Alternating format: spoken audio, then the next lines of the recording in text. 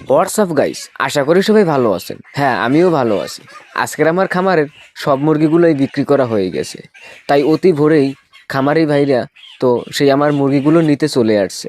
তো তাই আমি অতি ভোরে উঠেই তো মুরগিগুলো মেপে দেওয়ার চিন্তা ভাবনা করলাম যে কতগুলো মুরগি বিক্রি করতে পারি আজকের, দেখা যাক। আসলে এখন আমার বর্তমানে মুরগির ওয়েট খুব ভালো আছে। প্রতি 10 পিস মুরগিতে 25 কেজি 24 কেজি গড়ে আছে।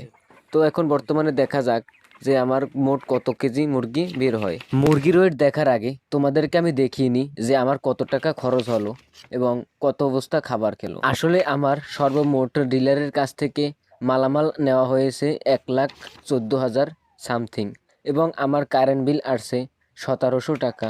সব মিলিয়ে ঝিলিয়ে আমার 1,15,500 টাকার মতন খরচ হয়েছে। গাড়ি ভাড়া এবং মুরগি মর্টালিটি আছে, মুরগি আমার মারা গেছে মোট 17 পিস। তো সব মিলিয়ে ঝিলিয়ে আমার 1,15,000 থেকে 16,000 টাকার মতন খরচ হয়েছে। আমার 450 মুরগিতে মোট খাবার খাইছে 23 বস্তা, আর প্রতি বস্তার মূল্য 3350 টাকা। আর আমি সর্বমোট মুরগি বিক্রি করতে পারি 410 পিসের মতন।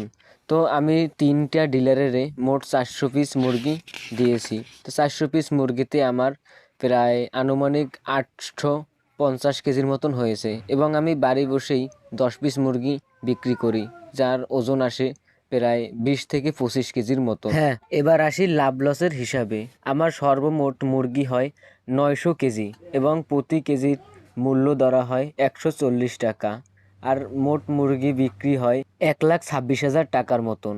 তো আমি সেখান থেকে 1,15,000 টাকা যদি মাইনাস করি, তাহলে আমার যে কয় টাকা থাকে সেই কয় টাকা আমার 450 পিস মুরগিতে লাভ হলো। তো সর্বমোট আমার 11,000 টাকার মতন লাভ হয়েছে 450 পিস মুরগি পালনে। তো গাইস, এরকম ভিডিও পেতে হলে পেজটিকে ফলো দিয়ে রাখো। ধন্যবাদ।